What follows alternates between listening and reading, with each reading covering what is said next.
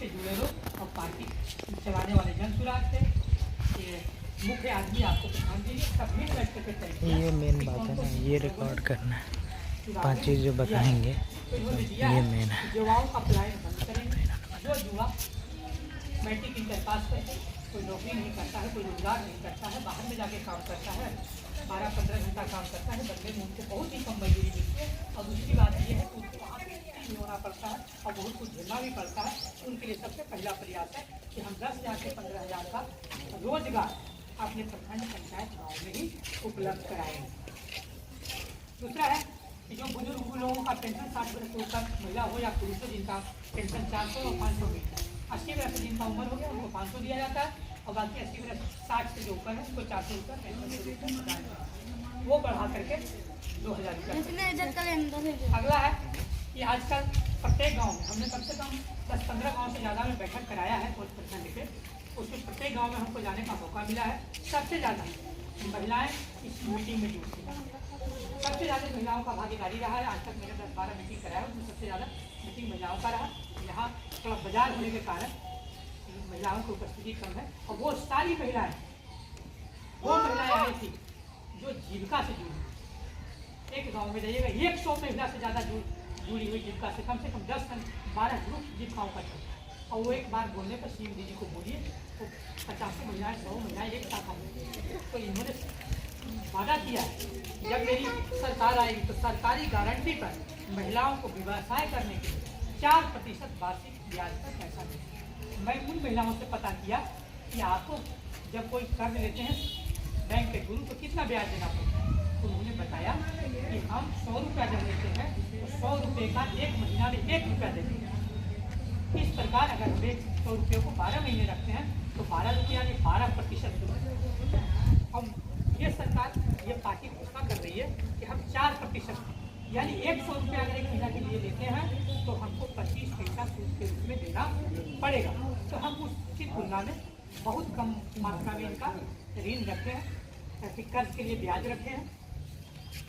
ये इसके बाद है जो व्यवसाय करना है, मान लिया कि कोई ब्यूटी पार्लर की दुकान खोलना चाहता है, कोई की दुकान खोलना चाहता है, कोई मशरूम का फर्म खोलना चाहता है, तो उनको व्यवसाय सेटअप करके उस व्यवसाय को चलाने के लिए तो उसका भवन से लेकर के उसको में जितना लागत लगेगा तमाम लागत के अनुसार उसको ऋण दिया जाएगा। ऐसा नहीं कि 50,000-40,000 जितनी लागत लगेगा उतना उनको ऋण दिया जाएगा और मात्र 4% वार्षिक कर कराएगा।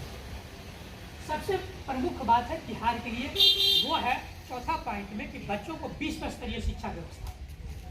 ये हमको खास करके काफ़ी चुहा था जब इनके इस स्लोगन में मैंने देखा था कि 20 स्तरीय शिक्षा। बिहार में जितनी भी सरकारी स्कूलें हैं लगभग 75 से 80 हज़ार सरकारी स्कूलें मिडिल प्राथमिक से हाई 80,000 स्कूलों से प्रत्येक वर्ष 2-4 बच्चे भी IAS IPS नहीं, 2-4 बच्चे 1-2 भी नहीं, बहुत मात्रा में गए। जो भी बच्चे यहाँ पे करते हैं या तो कोई दूसरे स्टेट में करते हैं या अपने राज्य में अगर पढ़े तो बड़े आपका संयुक्त 2000 विद्यालय लेकर का नाम आप सबने सुने होंगे। हमारे बच्चे भी उसमें प्रतियोगिता परीक्षा में उस नेतरहाट विद्यालय में आज तक 1500 से ऊपर IAS IPS पैदा किया। एक स्कूल 1500 से ज़्यादा IAS IPS। तो हमारी ये सोच रही है, पार्टी की ये सोच रही है कि हम वैसा विद्यालय प्रत्येक प्रखंड में पंचायतों में स्थापित करेंगे जो 20 स्तरीय का विद्यालयों में उनका रैंकिंग हो, बच्चों का एजुकेशन सिस्टम सुधरेगा, घूमना नहीं पड़ेगा, भटकना नहीं पड़ेगा, देश में नहीं मिलेगा तो विदेशों में भी बहुत सारा ऑफर खुला हुआ है, उसके लायक रहेंगे तो आप जाकर वहाँ नौकरी तो आपको लेकिन हमारे बच्चों का लेवल इतना खराब है, इतना घटिया लेवल है इसको पढ़ने में असर होता।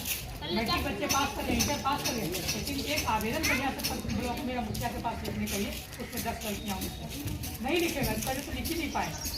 यहाँ के ग्रेजुएट बच्चे जो हैं उनको भी यही स्थिति, वो तो डिग्री तक रहा है कॉलेज में, कॉलेज बच्चा एक दिन का मुँह नहीं देखता है थोड़ा बहुत इधर उधर पढ़ा, टीचिंग करके जाकर के खुलेआम सिस्टम लिखने का है, मोबाइल से और फलना से लिख लिया।